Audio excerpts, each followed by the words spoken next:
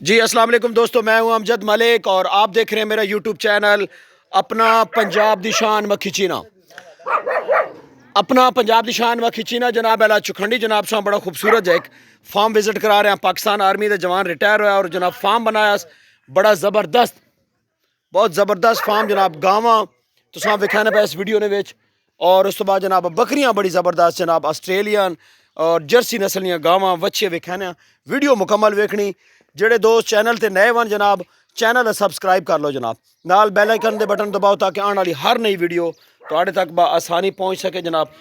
Pakistan army के जवान जनाब रिटायर होके तो जनाब ए वेखो ना जी, ये इन्हें सिस्टम शुरू कर दिता जी, ट्रैक्टर ट्रूक्टर लै लैने तो यह जनाब सामने इन्होंने को ज़मीन शमीन है, बड़ा ज़बरदस्त माहौल जहा बनाया हुए ने।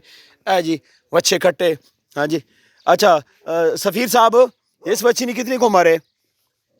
सर जी 6 महीने हो गए, 6 महीने की बच्ची है। 6 महीने की बच्ची है।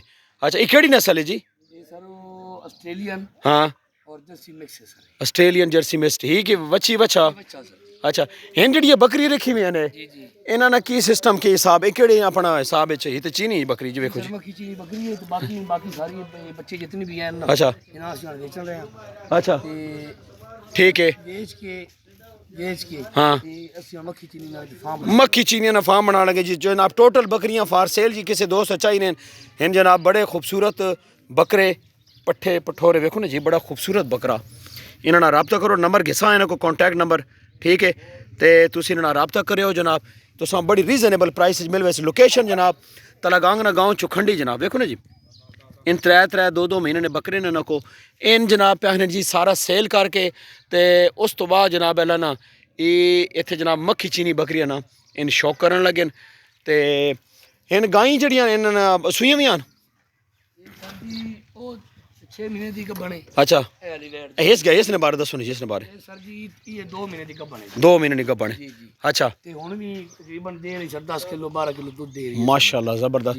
इस गाय ने बारे दसो ना जी। सर 3 महीने दी बने। अच्छा ए वाली जेड़ी है अच्छा ठीक है। नाल दूध भी दे रही है। ये बच्चा खड़ा हुआ इस गाय ना। अच्छा ये हाँ इस रक्शे ते सारा मटीरियल शटीरियल गिन कने ने ए वेखो ना जी ना बड़ा ज़बरदस्त सिस्टम बनाया हुआ। हाँ जी तो इस ते जनाब अला सारा कुछ जनाब घिन कने ए पूरी इन्होंने टीम है जनाब। कलीम साहब ये सेटअप बनाया ने इस सेटअप को वदैस भी सही या ये थे? अच्छा को दूध शोध ना काम करे सो गाइयां ना बस दूध ऐसी सीधी कोशिश है कि घर ही इस्तेमाल होने तो बेहतर है, बच्चे शच्चे पीने रहे। ठीक है जबरदस्त। इन्हां बकरियां आन बताओ चीनियां गिनान वा सारियां इंशाल्लाह जी असी चीनी है ते कुछ भेड़े शेड़ा ना प्रोग्राम बना रहे हैं। ठीक है देखो इलाकाई तलागांग निस्काफत है जी भेड़ा और माशाल्लाह इत्थे दा जनाब भेड़ा ने बच्चे बड़े कीमती और बड़े जनाब अल्लाह ज़्यादा सेल होने जी। ये बड़े फेमस है जी। तितरनी आवाज़ आ रही है जनाब माशाल्लाह। गाई ने क्या है पे जी? हाँ जी तितर तितर भी फार सेल अवन ये तो जनाब तितर भी मिल वैसे रबता नंबर देना नहीं जिसो भाईजान दखनी तितर ईरानी।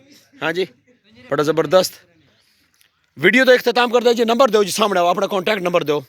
कली 0307 5772 381। कलीम साहब नंबर दो अपना 0313 580 9841 कॉन्टैक्ट नंबर है जनाब अला।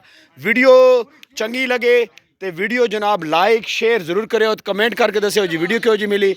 मिलते हैं नेक्स्ट पूरी टीम जनाब इन्होंने बैठी जनाब है जी माशाल्लाह। जनाब सारी टीम इन्होंने बैठी जनाब वीडियो तो अख्ताम कर दे जी।